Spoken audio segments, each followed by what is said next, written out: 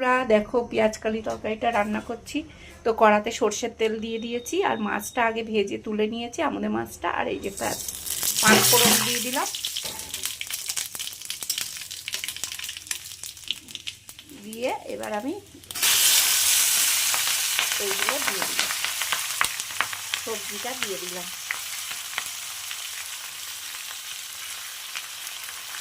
শিম, বেগুন, টমেটো, আলু সব দিয়ে পেঁয়াজ কালি দিয়ে ভালো করে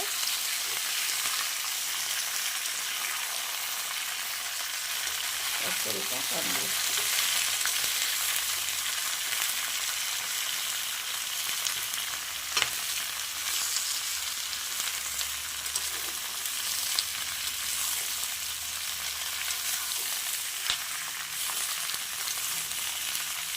পেঁয়াজ কালিতে বিশেষ কিছু